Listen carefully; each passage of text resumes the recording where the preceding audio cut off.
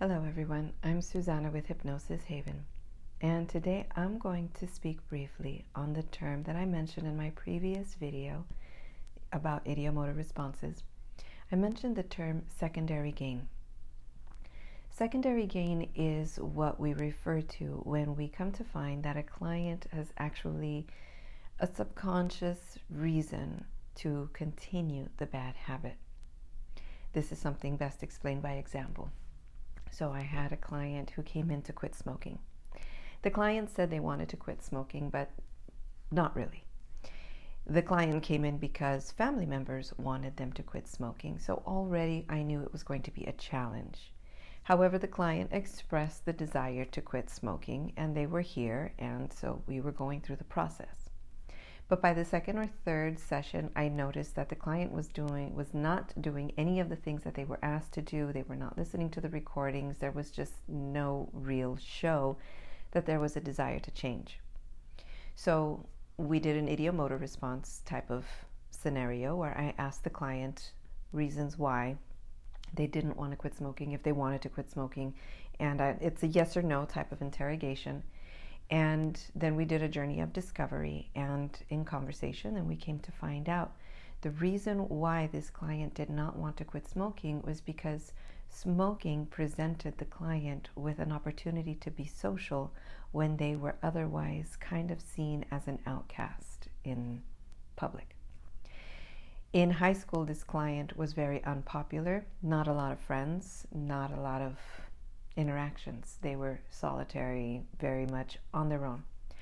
Outside of high school, once they moved away from home, went to college, university, they became more social and started going out a little bit more, but was still on the outside. However, once they started smoking and stepped out to the patio and was able to interact with the smokers because there was just a much different environment out there, then they realized that smoking brought them socializing. So even though the client said they wanted to quit smoking, there was actually more to benefit in their perspective to continue smoking. That is a secondary gain. That's an example of a secondary gain. Another way that there's a secondary gain is in relationships. When it comes to weight loss, when it comes to something like that, sometimes the person who is trying to lose weight is actually afraid that the person they're in a relationship with might no longer love them because they've changed. So even though they say they want to lose weight, they don't do anything to lose the weight because they receive certain treatments, they receive affection. The person that they're with might bring them cupcakes, might bring them donuts, might do something for them that this person has learned to associate with love. And then if they stop that, then the person in the relationship feels that they are trying to stop the love, trying to change them, change the dynamic of the relationship. And so in order to avoid that, they continue accepting those sweet treats and not putting up those boundaries and saying no more. So that is a very twisted way of having a secondary gain, but that is part of it. So when somebody comes in because they say they want to change something, because they want to release a habit, because they want to take on new behaviors, let go of other behaviors, then what can happen is that the client then realizes that changing the behavior is actually going to change other parts of life that they don't necessarily want to. So they will hold on to the habit, hold on to the behavior, and just go through the motions and then not really follow through with the sessions and then just end up stopping. So secondary gain is something that needs to be analyzed and reassessed and change the perspective on it, reframe it, and have some cognitive work around it as well. And sometimes you need to address things in the relationships with the people that you're interacting with that are bringing that secondary gain. It's not always about other people in your life.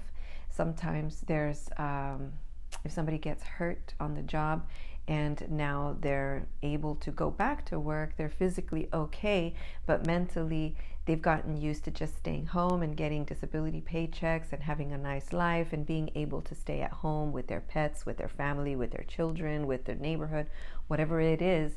that they've anchored themselves to for that time, then that becomes a secondary gain, because, well, now if I go to work, then I don't have to do this. I don't get to do this anymore. I don't get to experience this. So the gain is in staying disabled. The gain is in staying in the status quo, staying as things have been, so that there doesn't have to be any change that disrupts the comfort of life. So that is an explanation, I'd say, on secondary gain. And there's many different ways to it. It's just finding out when we're going into hypnosis if there's obstacles. And sometimes they are conscious, sometimes they're subconscious. We're just used to these dynamics in our lives, so we don't realize when we've done something that creates a type of gain for us that keeps us stuck in these behaviors.